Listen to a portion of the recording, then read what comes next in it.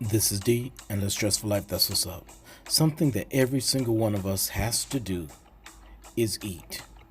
Sadly, we don't take into consideration a few things.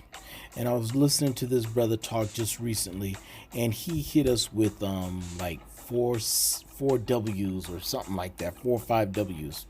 And I decided that we at De-Stress can modify that thing and make it ours.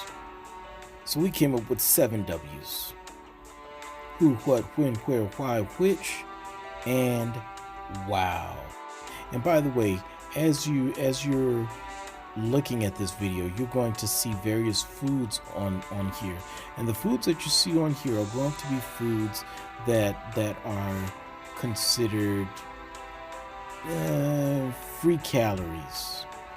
And basically, they're foods that you can eat and you don't have to get crazy with it, of course, but foods that are your friends, foods that can help fill you up, foods that have a lot of fiber, foods that have a lot of nutrients, and foods that are less carbohydrate rich.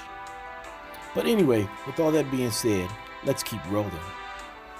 Who are your eating partners? Because determining who your eating partners are will determine what you're eating. Their plate will look just like your plate or vice versa.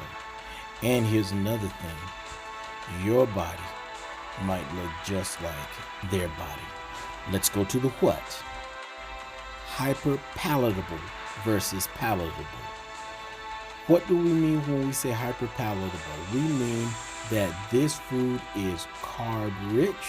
We mean that this food is very, very processed. And this food is almost addictive. Somebody shared with me that after 9/11, there was a significant spike in the sale of potatoes.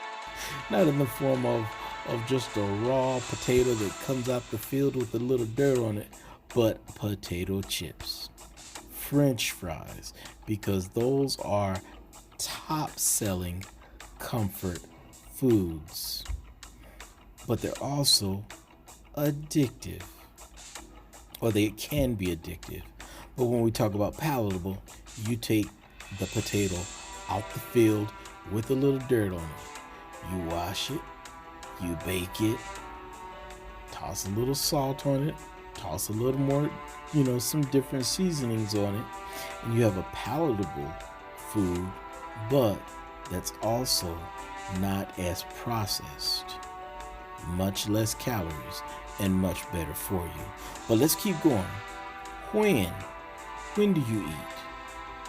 Do you eat 6 meals a day, 4 meals a day, maybe 2 meals a day? Or do you eat 1 meal a day? Most people in the developed world eat 1 meal a day.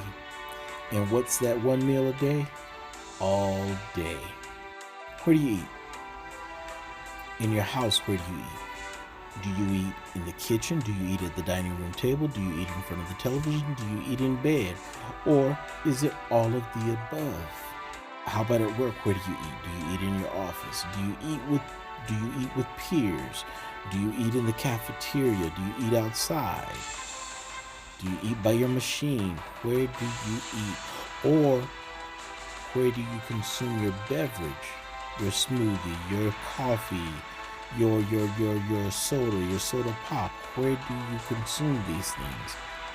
Why? Why do you eat what you eat? Do you eat what you eat because it's comforting? Do you eat what you eat because you're just plain bored? Or maybe you're stressed and you're a stress eater. I've met few stress eaters who eat raw carrots as they try to manage their stress. More than anything, individuals eat those little short orange things called, well, you know what they're called. We're going to get you some solutions in a moment. But let's keep going. Which type of diet do you adhere to? Do you adhere to the SAD diet, standard American diet, which leads to sickness, addiction, and disease? Could lead to that. And then there is the wow. What is the most impactful food that you eat? Or maybe even what's the most impactful food group from which you eat? You know, we at De-Stress Method are very much so about solutions and options. So let's throw out some solutions/options. We're not sharing them with you as if you have to do them. It's most certainly your choice. But before we even go much further, we really encourage you to like, subscribe, comment, share. Also, click the notification bell so you can be notified of our next video. And of course, go to www.destressmethod.com for more resource information.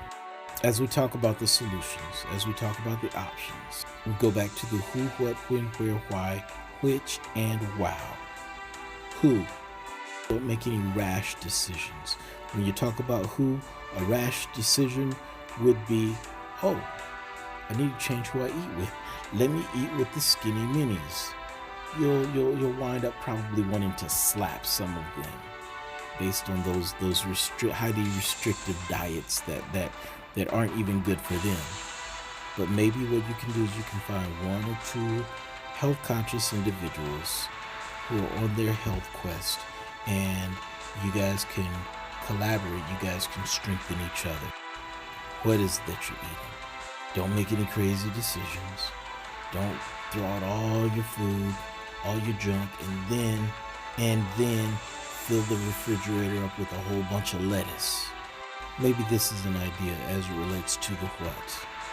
Get rid of those sweet potato pies out of the refrigerator and replace them with sweet potatoes.